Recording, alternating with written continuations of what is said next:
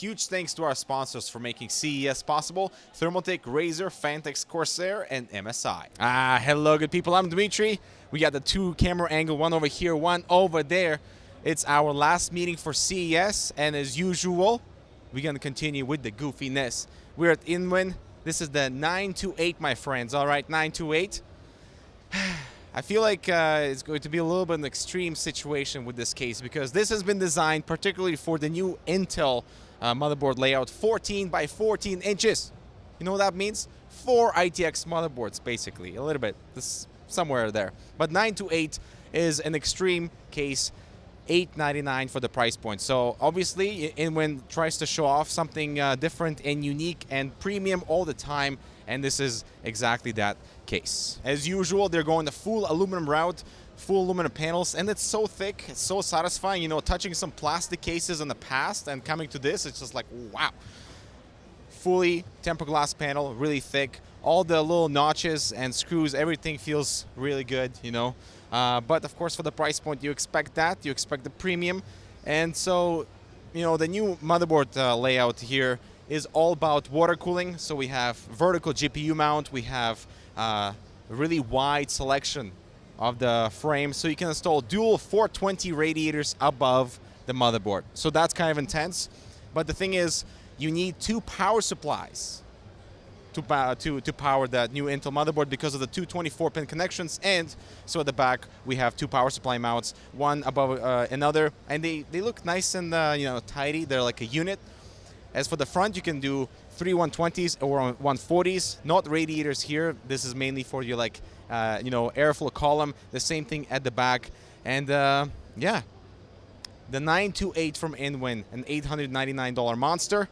I love it. And then we have the A1, the InWin A1 Plus. So I love this enclosure because it's kind of like an all-encompassing one. ITX form factor, good air cooling. You can still have a nice GPU with a big skirt underneath, so you can have nice GPU cooling as well. We have a built-in Qi charger that has now been upgraded from 5 watts to 10 watts, which is awesome. However, they have made it now so that it's exposed. The actual coil is there. It's visible. I don't know how I feel about that. The traditional solution where it was kind of hidden, I think I like that better.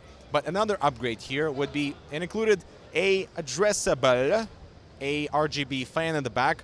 So that's nice, and it's all black now. It's gonna also come in regular white. And so the thing is, the price point has increased to $199 versus traditional $169. But that is because the power supply has been upgraded from 600 watts bronze to 650 watts gold. Okay?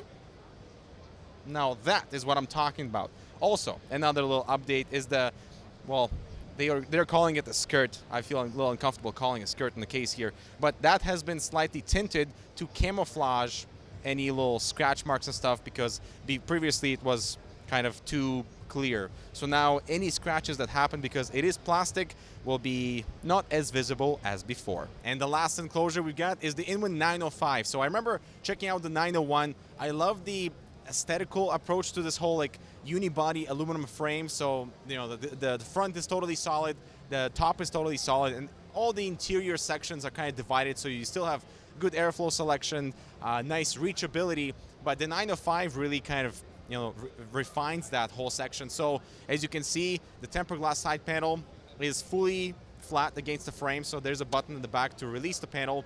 But it's also, I love the whole like emptiness of this bottom section here. So that is kind of your intake. So we can remove the dust filter, and that's where majority of the intake for the interior comes from, because as you can see, the front panel is completely solid.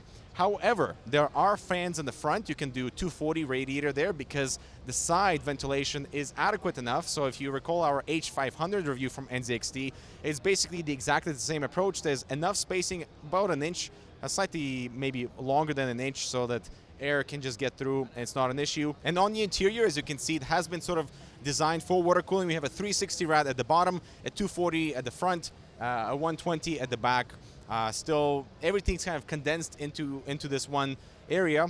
I like this design. It's obviously very niche, but if you know what you're doing, then I think you might enjoy building inside the 905. The power supply section it's separate. There's enough clearance above it, so these fans have a little bit of intake as well, aside from just intake air from the front cavity over here.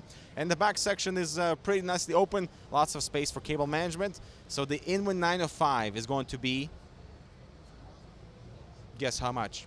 $280. So it's kind of in the same ballpark as what they've launched, the 901 and the 904. So it's kind of what you would expect, but now it is refined. And one more cool thing about this front LED panel. So right now, as you can see, it is fully RGB. You can change the color with the button over here.